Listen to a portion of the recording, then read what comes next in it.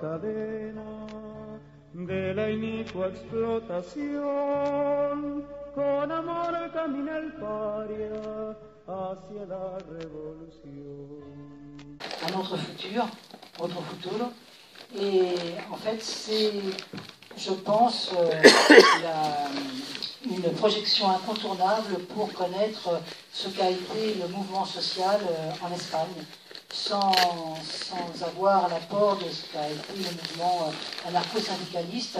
On ne peut pas, à mon sens, comprendre ce qu'a été le mouvement social en Espagne, puisque on va, dans la première partie, voir justement la naissance de la CNT et le mouvement populaire, la dictature de Primo de Rivera et la façon dont il y a eu une réaction populaire, et notamment chez les anarcho-syndicalistes. Et puis ensuite, on va aborder dans le deuxième volet la révolution sociale, surtout, qui se développe en parallèle avec la guerre contre les militaires insurgés.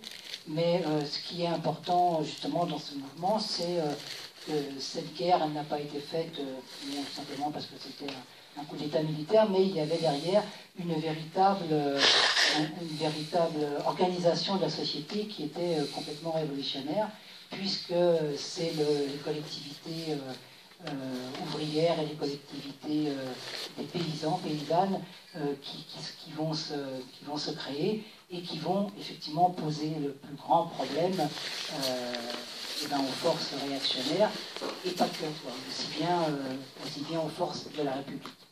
Donc on a le projet de vous passer les quatre documentaires.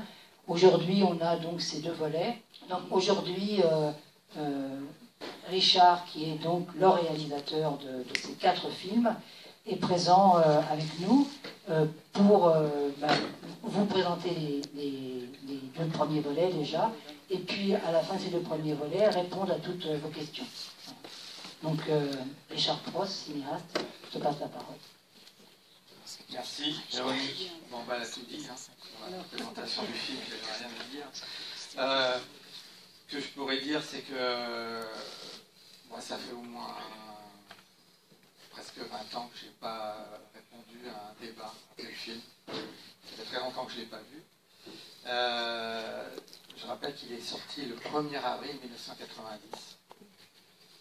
Donc ça fait 28 ans et on continue à vendre des DVD et à intéresser les gens à cette histoire. Donc c'est assez émouvant. Je vais parler un peu de petites choses techniques avant le film qui vont peut-être vous faire rire, mais donc ce film a été fait dans les années 80, qui est donc une période préhistorique. Il n'y avait pas d'ordinateur, pas de téléphone portable. Quand on faisait des factures, on mettait un carbone entre le papier. Et malgré tout, ce film a été largement cofinancé par les exilés espagnols de la région de Toulouse, mais de toute la France. Et que donc on a été, je peux dire que la CNT l'a toujours fait, mais elle a été précurseur dans ce qu'on peut appeler maintenant le crowdfunding. Voilà, donc on a fait un crowdfunding avant tout le monde. Et ce film a permis, grâce à ce financement, ça a permis que ce film existe. C'est-à-dire qu'il faut savoir que se souvenir de la chape de plomb, les gens les plus anciens vont se souvenir de la chape de plomb des années 80, où parler du mouvement libertaire était très difficile, parce que le monde universitaire et des historiens étaient complètement chapeautés par le communiste stalinien, et que c'était très compliqué de parler de la révolution sociale. C'est-à-dire qu'on était toujours mis en échec. Ce qui est quand même incroyable, c'était qu'on était mis en échec. C'est-à-dire que c'est l'anarcho-syndicalisme espagnol qui était mis en échec, parce que soi-disant ils avaient perdu la guerre, alors que c'est eux qui ont mis en place un mouvement social qui a fonctionné. Et donc je me bats toujours sur l'idée d'idéal libertaire. Pour moi, il n'y a pas d'idéal libertaire, puisque ça a fonctionné pendant la guerre d'Espagne. Donc il y a eu un système politique, humaniste, social, économique qui a fonctionné. Ceux qui peuvent parler d'idéal, c'est les gens qui se sont rattachés au mouvement communiste. Pour moi, ils ont encore un idéal, parce que ça n'a pas été mis en place. Je suis ferme là-dessus. Donc il faut, cette pensée est actuelle et il faut la transmettre aux jeunes. Voilà. Alors j'ai aussi une fierté qui ne m'appartient pas, c'est-à-dire que le titre du film, Un autre futur, nous a été soufflé par un paysan andalou qui n'est pas présent dans le film parce qu'on a quand même eu pas mal de rush. Et au moment de la fin de l'interview, il me dit bah oui, c'est dans une petite ville qui s'appelle El Araal, remplie avec des oliveraies. Et il dit bah nous, on se réunit le soir, on essaye de passer des vidéos et puis on essaye de parler d'un autre futur. Et c'est ce paysan andalou qui nous a donné le titre. En fait, cette idée de génie, ça veut dire quoi? Ça veut dire que notre futur, on nous l'a déjà dessiné. Le monde capitaliste, le monde libéral, nous le programme. Voilà. Donc, le futur, on nous force à nous l'écrire. Voilà. Et donc, nous devons toujours lutter pour avoir un autre futur. C'est celui que l'on souhaite. Je suis très fier de ça parce que on pourra parler après du film de toutes les années 80-90. Parce qu'on a bloqué, vous savez, il y a eu tous les mouvements, attaques, le monde diplomatique, l'antimondialisation. Et on a bloqué. C'est-à-dire qu'évidemment, un autre futur aurait été pris. Et donc, ils ont été obligés de faire un autre monde est possible, mais le concept du autre, et surtout un autre futur, on l'a bloqué. Voilà. Parce que des fois, je suis intervenu sur Internet, le groupe de la CGT, tout ça, dans les années, fin des années 90 ou début des années 2000, ils lançaient le truc un autre futur. Alors moi, je leur ai écrit, vous pouvez faire un autre futur, on n'a pas déposé le nom. Mais si vous faites un autre futur, vous allez être avec la CNT. Hein, vous faites comme vous voulez, mais nous, on a tracé le sillon. Et puis après, bon, évidemment, ils sont revenus en arrière sur ça. Voilà. Bon, ça, c'est des anecdotes en préambule. Donc, et puis aussi... dernière anecdote, le fait qu'on ait sorti le film le 1er avril 90, on tenait à ce que ça soit un 1er avril, mais surtout on l'a sorti au studio des Ursulines à Paris.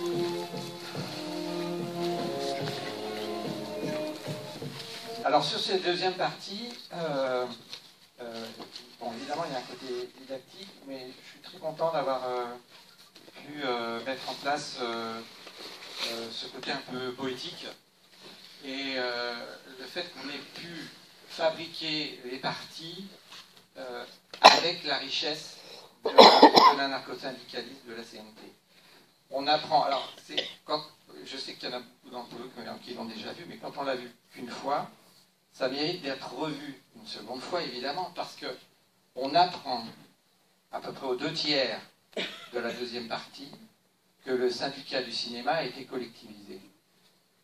Et donc, si on regarde dans les livres reçus, on sait qu'il y a eu de nombreux documentaires qui ont été réalisés par la CNT et aussi 5 films de fiction.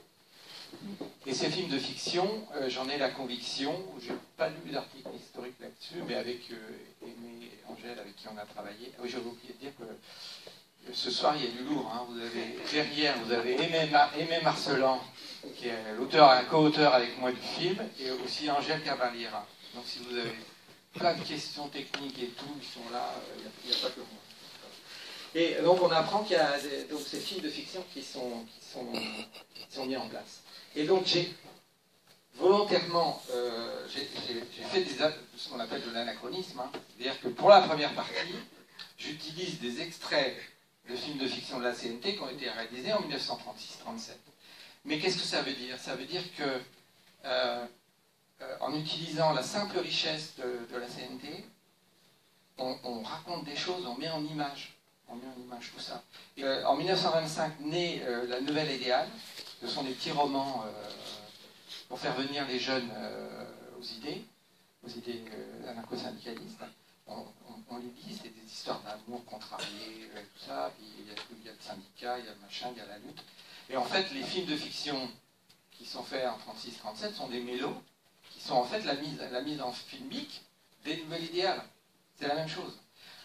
C'est très intéressant de manière cinéphilique, c'est-à-dire que ce syndicat n'a pas fait des films didactique. On aurait pu dire, tiens, ils prennent la main du cinéma, ça va chauffer, hein, on va bien s'ennuyer dans les chaumières, et ils vont nous faire des scénarios très politiques. Pas du tout. Ils nous font des mélos, et on voit, je m'en suis aperçu avec Aimé, on a lu beaucoup de revues, c'est des admirateurs de René Clair, de Renoir, et du cinéma américain. Il y a, dans la revue Mirevista, on voit plein d'articles sur le cinéma de Chaplin, mais aussi le cinéma américain, les voitures, les policiers avec leur chapeau melon qui font des arrestations, tout ça, ils sont fascinés par ce cinéma. Donc c'est vraiment un monde très très riche. Donc ça mérite, quand on n'est pas au courant, ça mérite de recommencer à regarder. Et pourquoi je me suis permis d'utiliser le meeting des enfants au début de la création de la CNT. C'est-à-dire que ça nous enrichit, si vous voulez, culturellement, sur tout ce qui a été fait par ce syndicat. Je suis assez fier de ça, avec Aimé et Angèle, Floréal, Alain Deboeuf, qui on a travaillé, c'est qu'on s'est permis de faire des trucs transversaux comme ça, d'utiliser toutes les affiches que vous voyez, tout le graphisme, Art Nouveau, tout ça, tout est conçu par le syndicat. Il y a pratiquement 90% des images, 95% qui sont issues du syndicat. Pour que les gens comprennent, je disais que j'avais fait un film sur la guerre d'Espagne. Parce que c'était l'air du temps, c'était la guerre d'Espagne, mais on voit très bien que dans le film, les mouvements guerriers ne nous intéressent pas. Ce qui nous intéresse, c'est le mouvement social, la collectivisation, la lutte des femmes, l'enseignement surtout des enfants, comment on essaye de se sortir malgré... et surtout, ce qui nous intéresse à te montrer, c'est que quand on arrive en juillet 36, souvent quand les gens ne connaissent pas, ils imaginent que la CNT c'est juste une idée comme ça, plat, et qu'en juillet 36, ils se mettent à faire la révolution.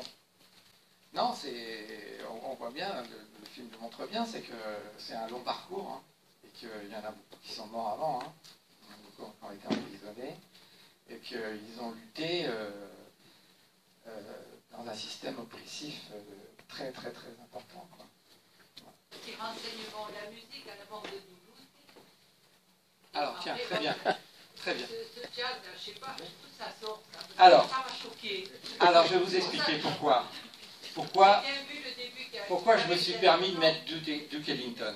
D'abord parce que je reviens à la revue Mirevista, qui est une revue grand format, passionnée de musique, de jazz, de cinéma. Alors, revenons d'abord sur Bajo Sino Libertario. Vous vous souvenez, le travelling dans Barcelone, avec la voiture, et le gars qui amène ses bobines de film, et qui dit j'amène des morceaux de vie du peuple qui lutte, et ça s'appelle comment ton film? Ça va s'appeler sous le signe libertaire. Il y a une musique dessus qui est un Charleston. C'est pas moi qui l'ai mise. C'est exactement synchrone la musique de Bajo el Sino Libertario. C'est-à-dire que les gars qui ont fait Bajo el Sino Libertario, qui est le deuxième film, le premier brut, c'est Reportage au moment révolutionnaire, qui sort quasiment en fin août ou début septembre 1936. Mais après, il y a Bajo el Sino Libertario, qui est un film composé avec de la mise en scène, dont notamment ce mec qui amène les bobines. Et le Charleston qui est dessus, il appartient à l'origine à Bajo el Sino Libertario. Et alors, il y a, avec ce film, plus tout ce que j'ai lu sur le mouvement culturel anarchiste de ces moments-là, je me suis dit, ben moi je veux mettre Duke Ellington. Et parce que j'ai mis un morceau de Duke Ellington qui date de... 1937, c'est marqué. Qui date... 1937, c'est écrit sur le film. Voilà, c'est ça. Qui date exactement de la contemporain de la guerre d'Espagne. Donc il pouvait l'écouter. Donc c'est votre choix. Oui, c'est mon choix. Je me suis permis de faire ça grâce aux confrères. Je me suis dit, s'ils ont fait ça, on peut mettre Duke Ellington. Justement, sur le meeting des enfants, excusez-moi de vous poser la question brutalement comme ça, d'où ça sort cet extrait? Et mon sentiment simplement, c'est que ces enfants, ils sont un peu adultes dans leur dialogue, pour que ça soit crédible. Ça sort donc d'un film qui s'appelle Nosotros Somos Así, qui est un film uniquement joué par des enfants et qui fait partie des 5 films de la CNT. Voilà. Ça montre la capacité de créatif de la CNT. C'est un film quasiment uniquement joué par des enfants. Il y a de la chorégraphie, ils s'amusent. Et donc il y a ce fameux meeting. Oui, moi je voulais intervenir, mais intervenir comme témoin. Je ne sais pas ce qu'elle a dit de l'utilisation. J'avais 10 ans et j'ai vécu ça avec son enthousiasme et ses revers. Et ce qu'on peut dire, qui est fou, un élément extraordinaire, c'est, disons que, sur le moment, avec une espèce de... Il y a eu une... moi, on ne savait pas qui s'est gagné, qui s'est gagné, etc. C'était vraiment un moment très dur. Les gens tremblaient. Les gens du village, je suis dans le village de 1000 habitants, pas loin de celui de la Grande aussi. Oui, alors, il s'est créé justement cette collectivité seule comme une espèce de spontanément.